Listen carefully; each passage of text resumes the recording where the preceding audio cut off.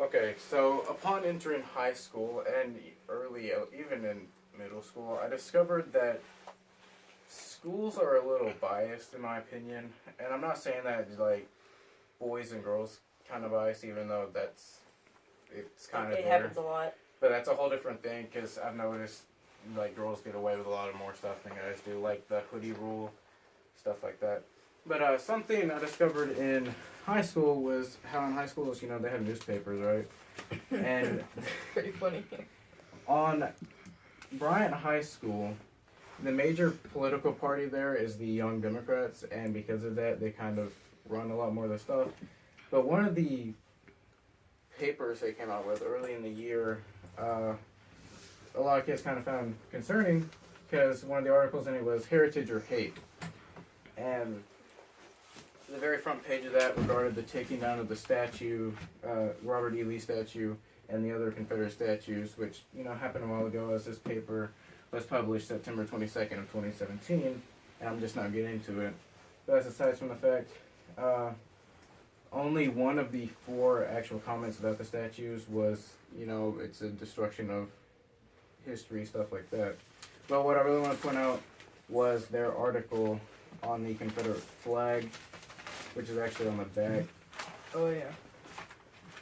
So, on the back, the the title of that article was called Rebel Without a Cause.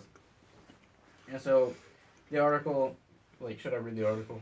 I mean, just read a little bit. Some of the stupidest statements on there. We've both read it. So essentially, the article talks about how we see the rebel flag, or what we recognize as the Confederate flag, in a lot of places, and it points out that people throwing Nazi salutes at protests and stuff, carrying it around with them. And one of the points I pointed out was whether you like it or not, the Confederate flag still hangs over us all, refusing to let us forget a war that tore the United States apart over 150 years ago. And I kind of felt that was a little bit funny, considering that no one alive today was a slave or is a slave owner in the States. Yeah. Slavery is still a big problem in other countries, yet that's not really pointed out as it is over here with the Civil War. And because the biggest impact due to slavery was the Civil War, but I mean, that's what people see. Mostly nowadays, you see it like you take a trip down to Alabama, and it's on a lot of the clothing and merchandise over there, and so a lot of people see it more now as a heritage symbol than a hate symbol. Even though Democrats and left-wing liberals still see it as that, because they still connect it with the past, even though most of the time today, people, try to get more towards the future. It's more of a culture thing nowadays. But it was a little weird because, just how it is. Something else pointed out in here was Carolina issued a statement on their formal reasons for secession, the most prominent being the increasing hostility on the part of non-slaveholding states to the institution of slavery. The Confederacy did not hide the desire to preserve slavery, just as we should not ignore that fact. The flag itself, it's connecting it here with the Carolinas. The flag itself was never the official flag of the Confederate States of America. It was actually a Virginian battle flag. And even though that was carried over on several of the remakes, like the second and third, it wasn't ever the official flag itself. But here it's connecting that, they connect it to the fact that they think it was the legitimate, Confederate States of America flag, and that wasn't the case. Here, do you want to go ahead and show them real quick all the writing you did on that? Wait 1 minute. The assertion that the Confederate flag is just a battle flag is the same as saying that the American flag is a battle flag. But the problem with that is the Confederate flag we recognize, like here, the Confederate flag we recognize actually was indeed a battle flag of a Virginian regiment during the Civil War. The American flag, as we can see behind us, is the country's flag and is displayed on the uniforms. You can call it a battle flag, but this was legitimately a battle flag, not the country's flag. And it's just weird seeing that written in writing because you can figure that out just through simple research and a quick Google of the facts. I mean, It's not the further. Taking this even further, no one would claim that the Nazi swastika held no meaning beyond its use as a battle flag. And then they're taking it and comparing it to the Nazis. Well, not all symbols in flags represent what the a country does. the Nazi banner with the swastika on it was the political party banner of the National Socialist German Workers' Party, which we call the Nazis. So, if comparing it to the Confederate flag is still silly. The rebel flag represented the faction that declared war on fellow citizens to protect the institution of slavery. So, what happens is, with this, of course, the war was indeed fought over the fought over the fact that slavery existed, but it was the states wanting to keep their slaves. They figured it was their state right to own slaves, and with the Union wanting to take that away, that the slavery was the backbone of their economy. So here, saying they declared war on their fellow citizens under the institution of slavery, yeah, I mean, they kind of did by succeeding, but then again, they were just protecting what they knew was their way of life. And I figure, like, nowadays, if you come in here and say you were taking away, like, LGBTQ rights or something like that, there'd be a major uproar, just like how it was here, because that's what they know. I mean, LGBTQ, stuff like that, that's not the backbone of their economy, but still it's the same. I guess in a way you could compare it, even though it's a bad comparison. Well, because at the time at the South, as you said, slavery was the backbone of their economy, but as you also said, it was their right. So they sought to defend their right as they saw fit. Yeah, because for them, that was their way of life. Mm-hmm. They figured that was, an that was essential the best right. way for. That's the way they were life. making money. That's the way, they were keeping what they knew as a civilization and they're alive. While for many the Confederate flag is nothing more than an innocent brand signifying where Southerners hail from, to others it's a reminder of the darkest days of our country. And something I want to point out on that is, again, no one alive today was a slave or a slave owner. So, it may be a reminder of what happened in the past, but you're not a slave or a slave owner, so consider it, like, taking that into the matter. You shouldn't feel, like, super bad or angry over something that happened. It's happened. People have fought for the right to get away from that. Everything's changed now. What happened was, in my opinion, I think all of this race stuff got stirred up, following crossing over from the Obama into the Trump administration over that period of time. It was just a big uproar. Yeah, everybody got divided, and now people were taking racism into a whole new. Well, people that were on Obama's side went over to Trump, and people that were on Trump went over to Obama and other, competitors. Well, everybody was just fighting. And while the issue of slavery was solved due to the fall of the Confederate nation and the addition of the 13th Amendment, discrimination still persists primarily because of the ideals that that flag originally represented still exist. Again, it wasn't the Confederate States of America's actual flag. It was a Virginian battle flag during the Civil War. The ideals that the flag originally held are not necessarily the fact that, it's like, woo, no slavery. They were fighting for the right to have slaves, and the flag itself didn't exactly represent slavery. Again, I mean, look at ancient Egypt. They had slaves. Mm-hmm. Nobody well, of course they didn't really have a flag. Or did they? I don't remember. I mean, they had, symbols and stuff but, for their religion. Nobody really talks about that anymore, and, I mean, I guess people can get outraged by the flag, but even today, I mean, you see black people carrying what we recognize as a Confederate flag around, or, posting it. Nowadays, like I said, it's more about, people coming from people born and raised in the South. They see it as a part of their heritage and culture. Well, if I'm getting this correct, if I remember correctly, wasn't the swastika used to be a religious symbol at one point? Essentially, yeah. In several cultures, images that look almost identical to swastikas are indeed.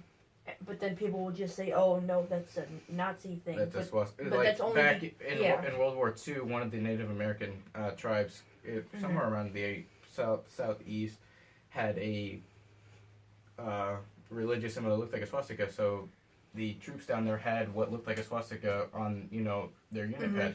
World War II rolled around, they realized, oh crap, the Nazis that have a swastika, this Yeah. looks like a swastika. So they had to change their entire unit badge.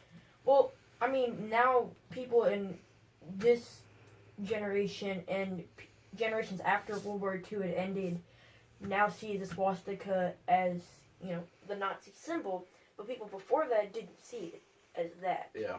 It was completely different, but then, when the war started, Germany chose that as a symbol, and so that just went through. Right here it says, people who cling tight to the barbaric message delivered by the failed attempt.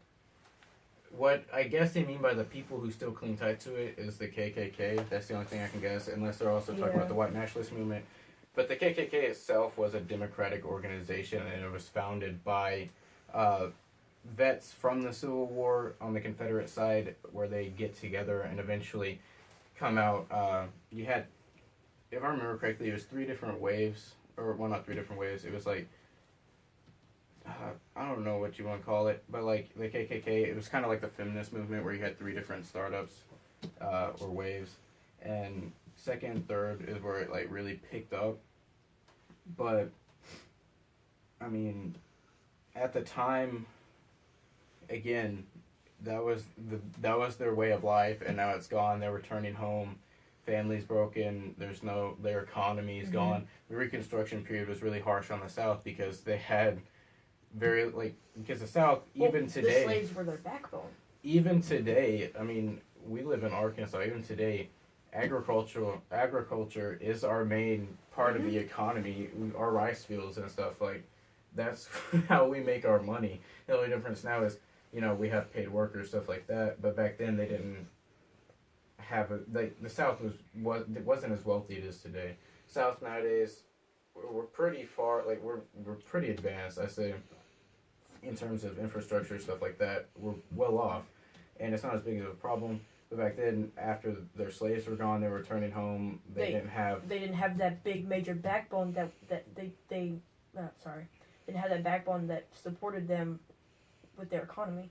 They didn't have the money to pay workers to work on their farms because they were scraping by as it was. Well, some of them made it off well, though. But a majority of farmers in the South didn't have much. I mean, if you look at it, a lot of, most, plantations and stuff, I mean, it was enough for the family, not paying, 50 to however many people to work on that farm, a wage. It took a lot of... Sometimes the more workers you have, the more you'll have, the more mouths to feed, but also equal to a bigger crop value. Well, because you're having to pay more of your profit into their wages, and that means less profit for you, meaning you don't have as much money to spend. But they were coming home, families broken, dead parents. I mean, brothers and sisters. Well, not sisters. Brothers and family fighting over... I mean, you had females working in the war, but, I mean, most of them stuck to nursing. There's actually a story... Yeah, there's a couple that actually followed. Well, yeah, it's a story that my history teacher read as some letters between these 2 brothers, and one of them was on the Union, and one of them was on the Confederate. Yeah, because they were fighting against each other. And during the Battle of Gettysburg, actually, the Confederate one wrote letters to their mother, who would read his letters, but the one on the Union side, he would write them to his sister, who would read them, but his mother just could not accept that he was in the Union. And the sad thing is that during, I think it was the 2nd or 3rd day during battle, the soldier went to go find his brother out on the field. A long time. Oh, I'm sorry. I mean, Get to this real quick. And he found his brother not dead, but dying, and said, in the end, take these letters to Mama, his mom, Yeah. And that just goes to show that even though sometimes there are social differences and discriminations, family can still hold strong, but it just really... Next thing I found interesting was it says the American flag lost its ability to fully unite as a country, even after the legitimacy of the Confederate flag died in the Civil War. The only problem with that I see is if what we recognize as the flag of the United States lost its ability to unite us, I don't see how we were united in both world wars. It seemed to bring us together pretty well even today. Well, America came back stronger after the Great Depression because World War II started. Well, though. even still today, I mean, the flag unites us all. I mean, you have liberals throwing a fit over it, burning it, stuff like that. But anybody who recognizes themselves as a legitimate American, I mean, we take pride in our flag. Most countries do. War erupts or a national tragedy strikes, we unite behind our flag as one. That's who we are. We're the American people. We've survived through a lot, we've gone through a lot, and we fight together. That's who we are. We stand united. Because in the end, it's a country's a country, and whether it works together or not is its own deal. Here it says, we cannot escape the demons of our past as the tear between the North and South penetrated the hearts of all and gave succession. It's okay, I've been burping a lot it gave too. secession as a flag to unite under even 157 years later. But the problem with this, it's hypocritical to deny the people of their own culture and background, as most Southern families have been in the South for, centuries now. And they're simply honoring their roots and heritage. Right here, it's time for a change. There is no reason to live under the flag of a long-dead traitorous nation in order to be proud of our Southern heritage.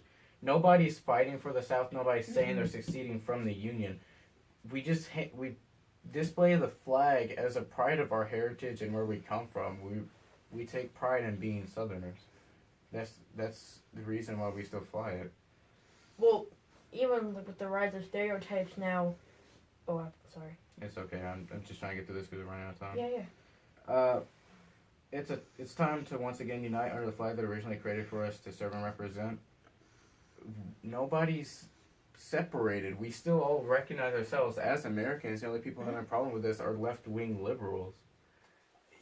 Destroying the flag, desecrating it, lighting it on fire. Nobody's seceded from the Union. We have our battle flag or Confederate flag as a means to show where we're from. We take pride in being Southerners. Well, the Confederates still use the American flag as a symbol. The only problem is the KKK adopted the Confederate flag. For a while they used the American flag, but after the KKK adopted the Confederate flag, then it became a big no-no to display it. But here it says the Confederacy is not our heritage.